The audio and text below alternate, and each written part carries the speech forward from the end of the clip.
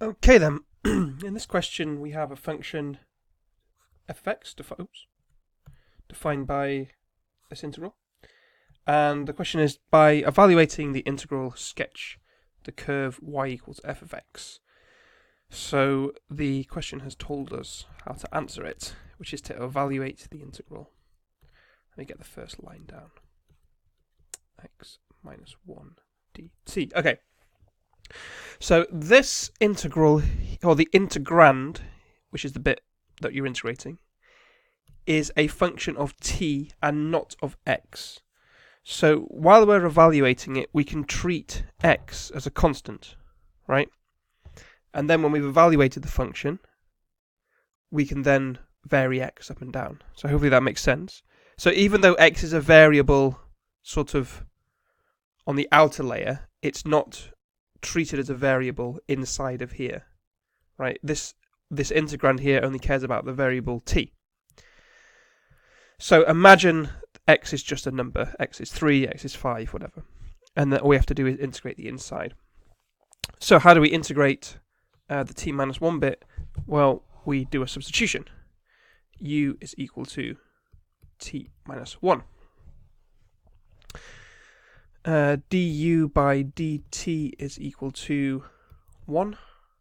And I guess then we can just say du is equal to dt.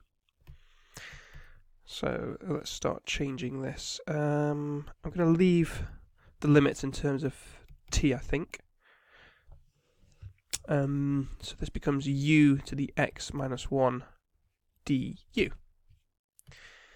Integrate this. So add 1 to the power.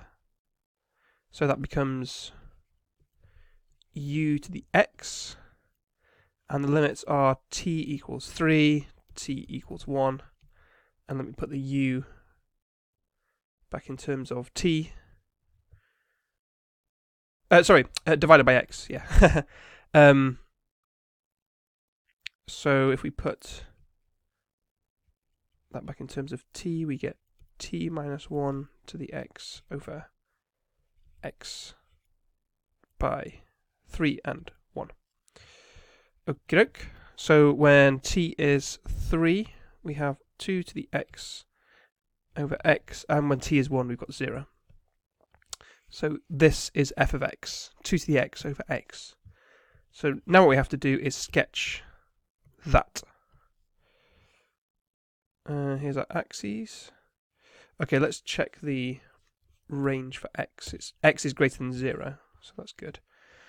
Okay, well we have an asymptote at x and 2 to the x. We have an asymptote here when x approaches 0, because the denominator goes to 0. And we also have an asymptote here because 2 to the x is bigger than x. So I'm going to guess it's going to go like this. I could find this turning point just to make sure that everything's as it seems. So if I say y is 2 to the x over x, I can do y dash is equal to v u dash minus u v dash, which is just 1 for x squared. So y dash is 0 when x ln 2 to the x minus 2 to the x is equal to 0. So basically when the numerator is equal to 0.